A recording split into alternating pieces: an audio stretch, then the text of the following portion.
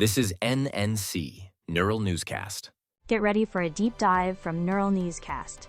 I'm Amelia, your wildlife specialist, and with me is Kara, our technology correspondent, as we dive into today's stories. On this day in 1777, accounts say a midwife stepped in to save George Washington, an intervention that kept the American commander alive at a crucial moment in the Revolutionary War. Wild to think a caregiver's split-second call could keep the revolution's leader in the fight.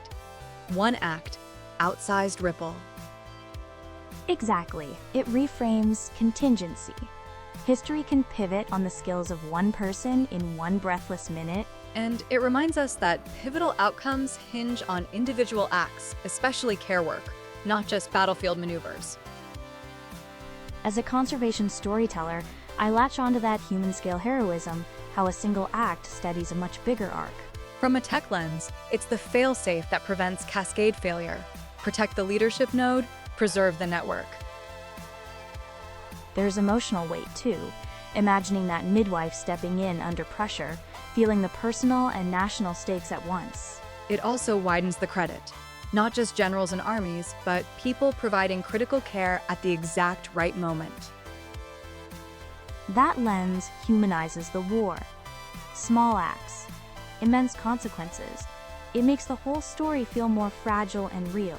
And survival changes downstream choices. Strategy, logistics, even what gets invented to sustain a movement. It's humbling to think one person's skill and courage in 1777 helped keep the revolution's leader alive, an invitation to look for the helpers in the record. A tiny footnote with massive stakes.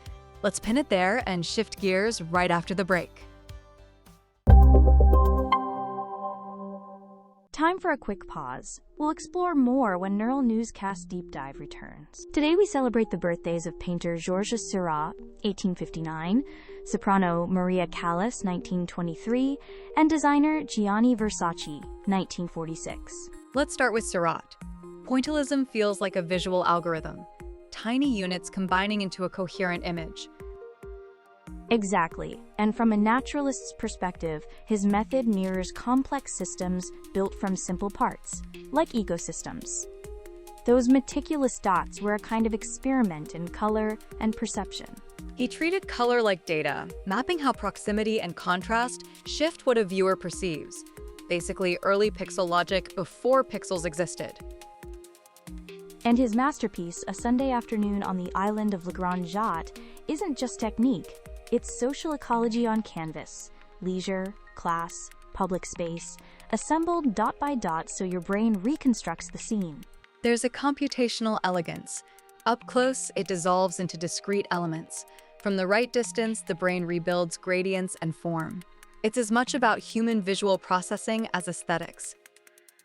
Seurat changed how artists painted light and color, moving towards systematic application and opening the door to experiments with perception itself. And the ripple spreads. Later movements and design disciplines embraced building complexity from repeatable units. Fashion.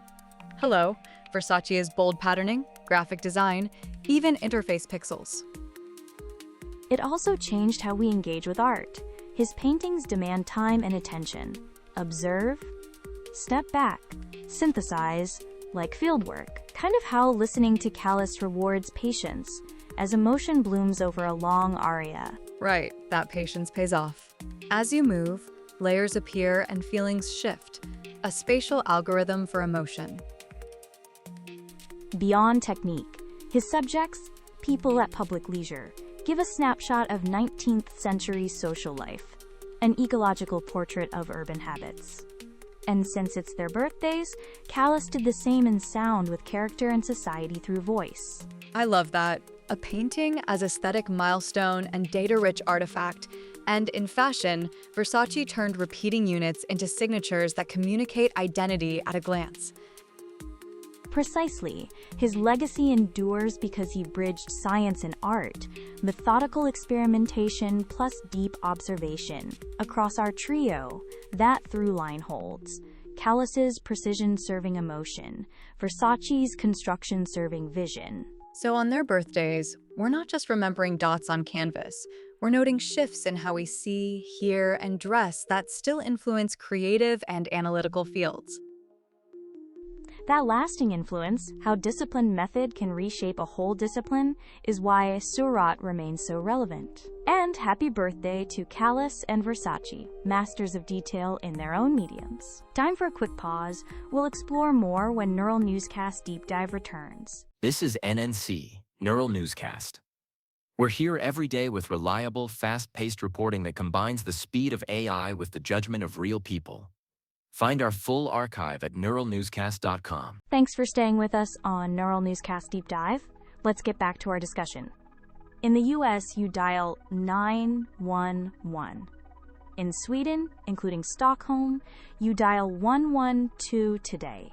Historically, 90,000 was used before the switch. That simple difference in emergency numbers highlights how basic public safety infrastructure varies between countries. Amazing how a few digits carry so much responsibility.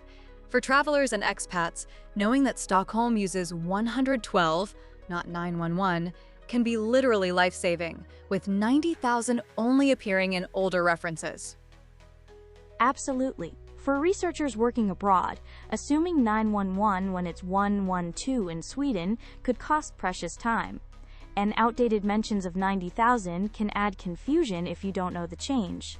From a tech perspective, apps and devices must localize correctly, show 112 for someone in Stockholm, not 911, and clarify legacy numbers when relevant. That local specificity matters in remote areas too, where help depends on dialing the right number immediately. Small fact, big practical implications. For international services, integrating the correct numbers, 911 for the US, 112 for Sweden, into guides and interfaces is non-negotiable. Exactly. In the field or on the trail, there's no time to guess. The right number has to be front and center. 911 in the US, 112 in Sweden.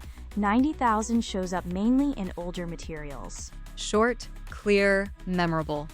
The right digits unlock the entire emergency response system, and getting them right can make all the difference. Thanks for tuning into our deep dive. I'm Kara, and from Amelia and the Neural Newscast team, we'll see you next time.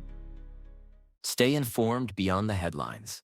Visit neuralnewscast.com for daily episodes, specialty shows, deep dive segments, and breaking special coverage. Neural Newscast combines real voice recordings with synthesized voices to enable prompt production without sacrificing quality.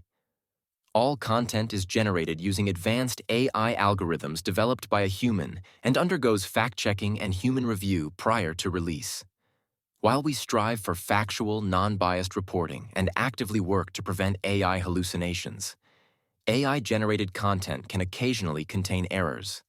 Listeners are encouraged to verify critical information from trusted sources. For more details on our AI transparency policies, visit nnewscast.com.